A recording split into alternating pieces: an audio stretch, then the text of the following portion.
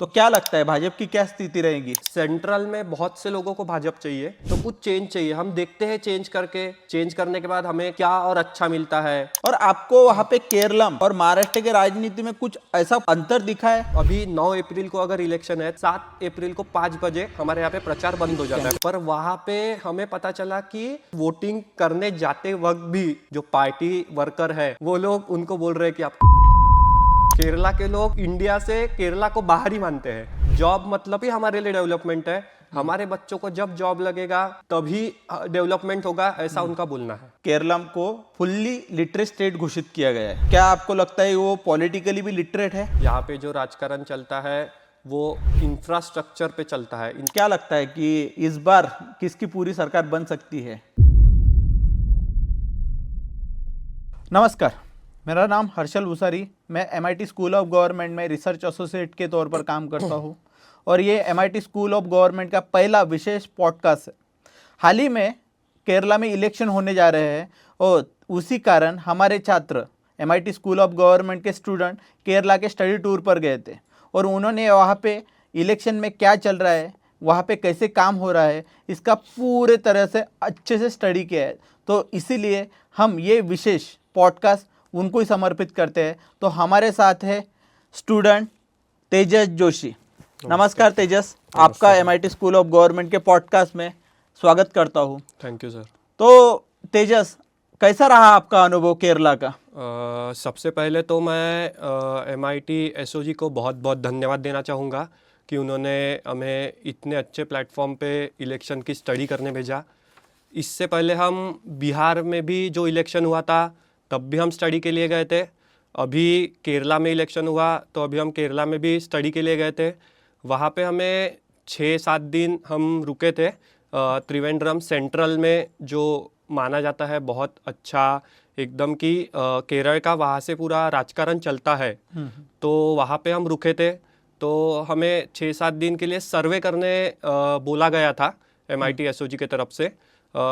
थोड़ा हमें लैंग्वेज का बैरियर तो होने ही वाला था, क्योंकि जो वहाँ के प्रॉपर लोग हैं कि जिन लोगों को वहाँ का राजकारण पता है उनको हिंदी और इंग्लिश दोनों आ नहीं रही थी।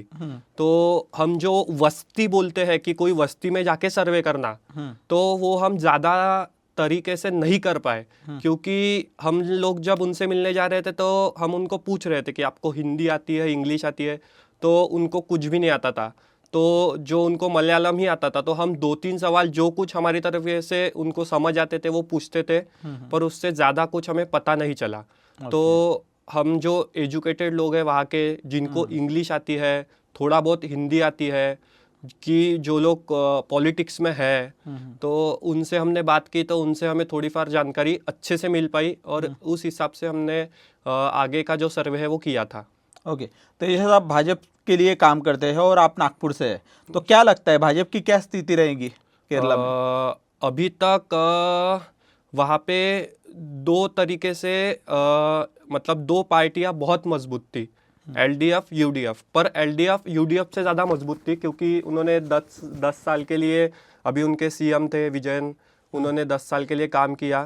तो पर इस बार ऐसा लग रहा है कि भाजपा ग्राउंड में उतर चुकी है। जो अभी तक भाजपा का खाता नहीं खुला था, कि अभी तक एक भी सीट नहीं आ रही थी, तो इस बार ऐसा लगता है कि खाता खुल जाएगा भाजपा का और डबल डिजिट 15 के अंदर सीट्स आ सकती है, ऐसा मुझे लगता है, अनुमान है। और क्योंकि हमने जो सर्वे किया था तो उसमें पता चल रहा था कि सेंट्रल में बहुत से लोगों को भाजपा चाहिए, परंतु जो स्टेट है वहाँ पे उनको UDF LDF, बहुत से लोगों का बोलना UDF था, किसी का बोलना LDF था।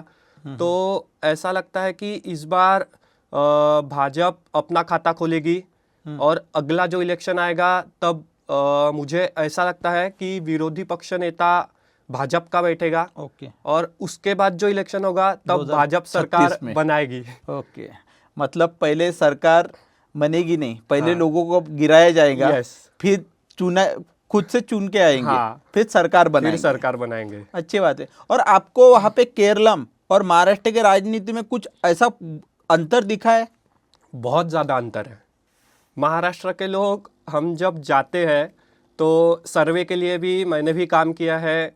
तो हम सर्वे के लिए जाते हैं तो महाराष्ट्र के लोग आसानी से आंसर दे देते हैं, या फिर हम उनको कुछ क्वेश्चन पूछते हैं तो उनको बहुत ज़्यादा मालूम रहता है राजकारण के बारे में, क्योंकि वो पूरे इंडिया का राजकारण देखते हैं। ऐसा नहीं है कि भाजपा के ही लोग सब आंसर देते हैं, कांग्रेस और कोई शिवसेना, महाराष्ट्र में जैसी शिवसेना है, उसके बाद राष्ट्रवादी है, तो ये लोग से भी ज़्यादा हम जब मिलते हैं तब उनका आंसर बहुत अच्छी तरीके से हमें आता है कि उनसे हम कुछ सीख सके।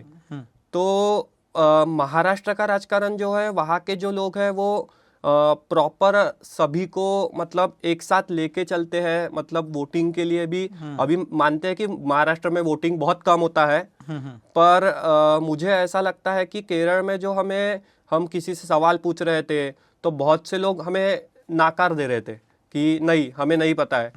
मतलब उनको पता भी है, हम उनको पूछ रहे हैं कि यू अंडरस्टैंड हिंदी और इंग्लिश, तो आई डोंट अंडरस्टैंड हिंदी और इंग्लिश। मतलब उनको आती है पर वो बता नहीं रहे हैं। तो ये हमें दिखाई दिया कि वहाँ के लोग सपोर्टिव नहीं है, कि किसी को ज्यादा मतलब वो लोग क्या बोलते हैं, एंटरटेन नहीं कर रहे हैं। तो मुझे ऐसा लगता है कि महाराष्ट्र का जो राजकारण है वो बहुत ज़्यादा है। और केरला में और एक बात हमें पता चली कि केरला के लोग जो है को इंडिया से केरला को बाहर ही मानते हैं। ओके। कि केरला इंडिया से बाहर है, अलग ही देश है, ऐसा ही चलता है कि उनको कुछ फर्क नहीं पड़ता है कि बाकी स्टेट में क्या चालू है, बाकी इंडिया में क्या चालू है, बस हमारे केरला में क्या चालू है, हमको क्या मिलेगा और हमारे बच्चे कैसी पढ़ेंगे और कैसी कमाएंगे, बस इन्हीं पे वो केरला का इलेक्शन वोटिंग होता है।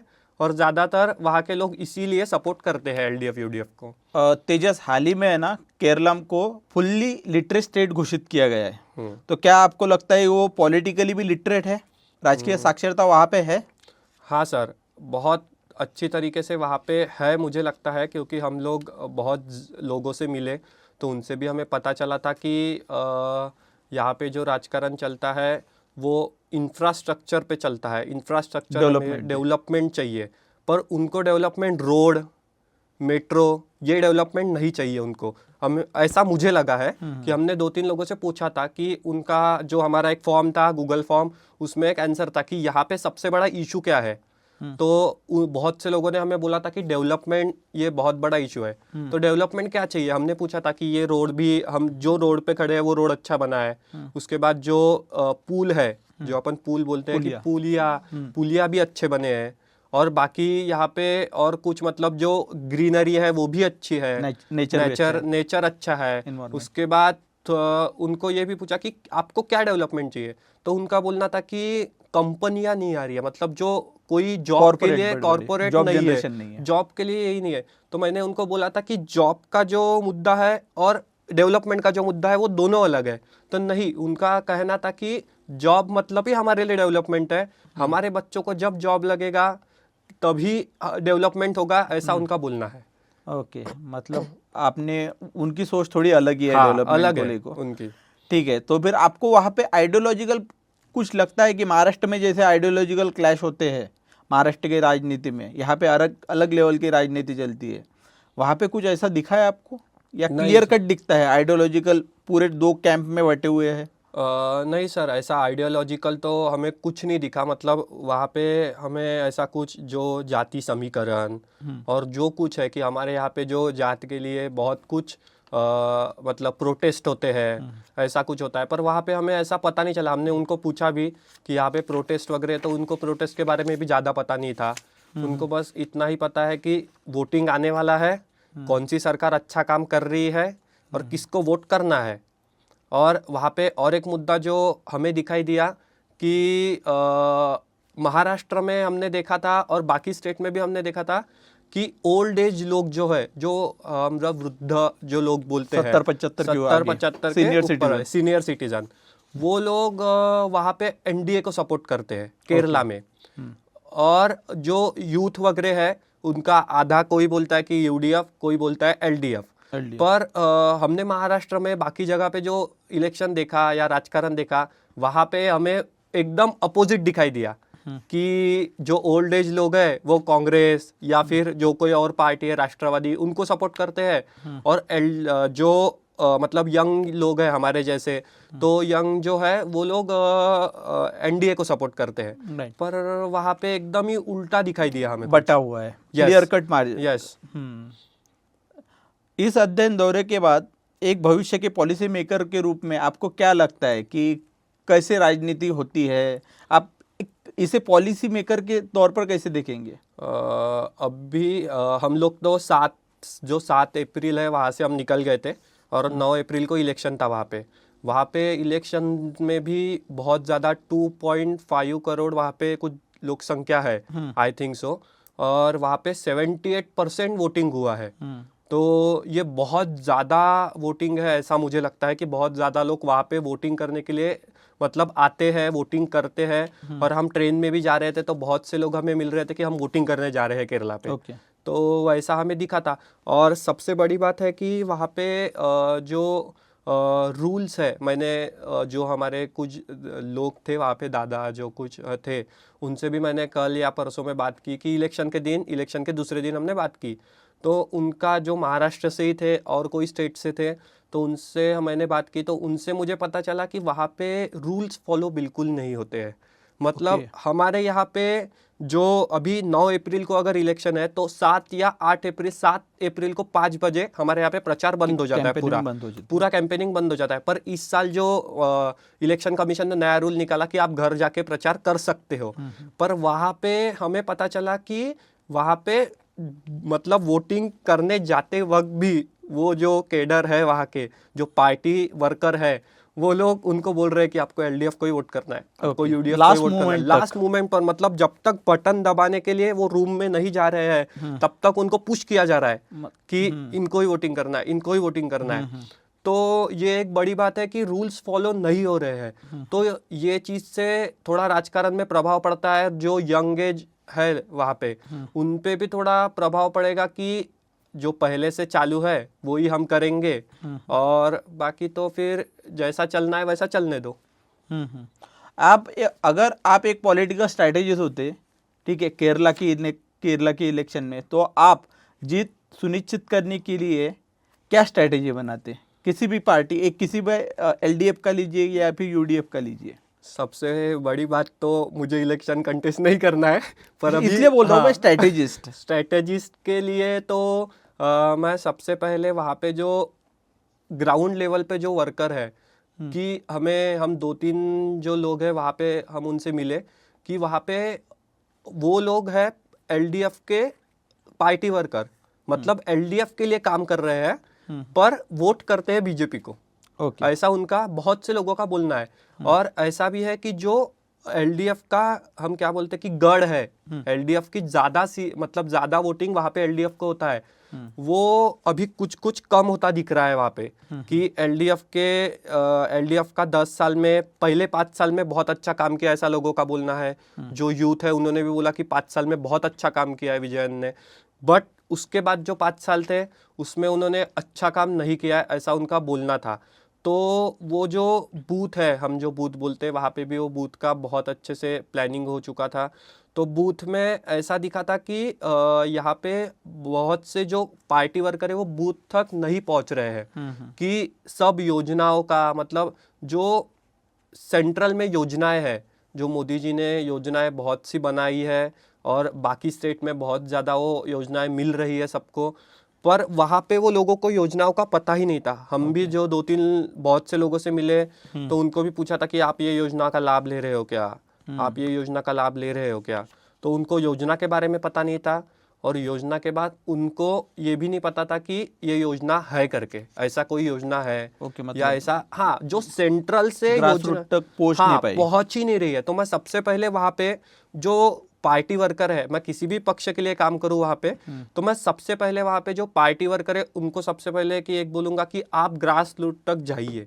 क्योंकि जब तक ग्रास रूट का काम होता नहीं है तब तक हम कोई भी इलेक्शन जीत नहीं सकते हैं। ये हमने बहुत अच्छी तरीके से महाराष्ट्र में भी देखा है और बाकी बिहार में भी देखा है। बिहार में भी पिछले बार हमारी सरकार नहीं बन पाई थी, पर इस बार बीजेपी में वहाँ से बहुत ज़्यादा वोट बीजेपी को ही मिले हैं।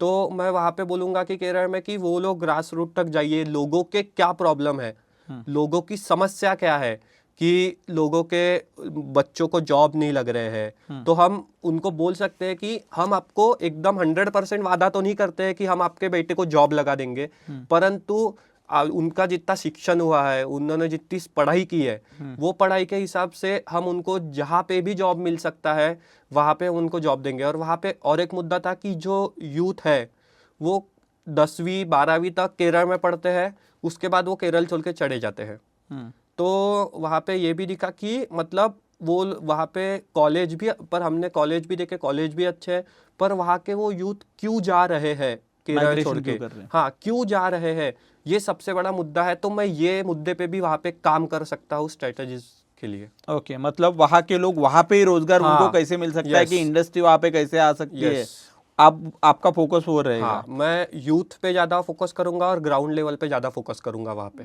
बड़ी अच्छी समझ की बात की है आपने।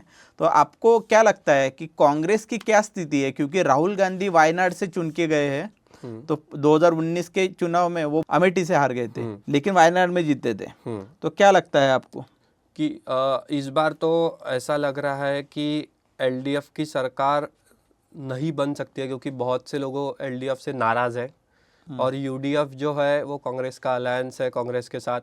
तो ऐसा लगता है कांग्रेस इस बार वहाँ पे अच्छी सरकार बना सकता है, और ये भाजपा के लिए भी बहुत अच्छा रहेगा कि कांग्रेस अगर सरकार बनाता है तो एलडीएफ को हमारे तरफ खींच सकते हैं, भाजपा की तरफ वो लोग खींच सकते हैं। तो अगली बार जो इलेक्शन होगा तब एलडीएफ और भाजपा ये दोनों अलायंस होके काम कर सकते हैं। तो अगली बार भाजपा और एलडीएफ दोनों जीतकर अपनी सरकार बना सकते हैं वहाँ पे। लेकिन लेफ्ट और बीजेपी तो साथ नहीं आ सकती ना। हाँ, लेफ्ट और बीजेपी साथ नहीं आ सकती है, पर जो मतलब यूडीएफ का जो एक प्रॉब्लम है कि वो लोग अभी काम कर रहे हैं। और ये भी सबसे बड़ी बात है कि अभी तक राहुल गांधी जी वहाँ पे, बहुत से लोगों का बोलना था कि राहुल गांधी जी यहाँ पे प्रचार करने नहीं आए हैं। प्रियंका गांधी जी की सभा हुई थी, हम वो सभा में भी गए थे, थोड़ा लेट पहुँचे थे, परंतु बहुत से लोगों का बोलना है कि जो मेन अलायंस में पार्टी है, जैसे एनडीए में सबसे मेन भाजपा है, तो यूडीएफ में वहाँ पे सबसे मेन कांग्रेस है। तो कांग्रेस का जो नेता है कि जो बहुत सब नेता उनको मानते हैं, तो वो लोग ही अभी तक प्रचार करने वहाँ पे आए नहीं है। तो बहुत लोग उससे भी नाराज थे कि बाकी सब लोग आ चुके, नरेंद्र मोदी जी की भी रोड शो हो चुका, अमित शाह जी का भी रोड शो हो चुका, परंतु राहुल गांधी जी अभी तक कुछ भी, एक सभा भी नहीं ली है, और एक अभी तक उन्होंने कोई मीटिंग नहीं ली है या फिर कोई रोड शो नहीं हुआ है। तो इस वजह से बहुत से लोग नाराज थे। और आपका जो सवाल था कि मतलब एलडीएफ और कांग्रेस का क्या है? हाँ, एलडीएफ और भाजपा एक साथ जो लेफ्टिस्ट है वो नहीं आ सकते। ये अलायंस मुझे ऐसा लगता है कि हो सकता है, परंतु अभी वो तब की स्थिति क्या रहती है और तब वो क्या विचार कर सकते हैं भाजपा के लोग, तो वो हिसाब पे डिपेंड रहेगा। और सरकार बनाने के लिए जो कुछ कर सकते हैं वो लोग करेंगे। ओके, पूरी कोशिश की जाएगी। पूरी कोशिश की जाएगी वहाँ पे। और क्या क्या लगता है कि इस बार किसकी पूरी सरकार बन सकती है, क्योंकि आपने जो एनालिसिस दिया उसका आप अगर सार निकाले तो कितनी सीटें आ सकती है, नंबर में बात करें तो? मुझे लगता है कि वहाँ पे यूडीएफ की सरकार बन सकती है। यूडीएफ 100+ जाएगा आराम से, और एलडीएफ भी जा सकता है, परंतु एलडीएफ थोड़ा यूडीएफ से कम रहेगा, क्योंकि एलडीएफ से बहुत से लोग नाराज़ है, क्योंकि उनका और एक बोलना है कि कुछ चेंज चाहिए। हर साल एक ही सरकार, एक ही आदमी जो काम करेगा, एक ही चेहरा वो काम करेगा, वो थोड़ा अच्छा नहीं लग रहा है। तो कुछ चेंज चाहिए। हम देखते हैं चेंज करने के बाद हमें क्या और अच्छा मिलता है। इस बार हम यूडीएफ को देते हैं, ऐसा उनका बोलना था कि अगली बार उससे और कोई अच्छी सरकार मतलब काम कर रहा है उनको देंगे। तो मुझे ऐसा लगता है कि वहाँ पे यूडीएफ की सरकार बन सकती है, 100+ जा सकती है, पर अभी वोटिंग तो हो गया है 78%।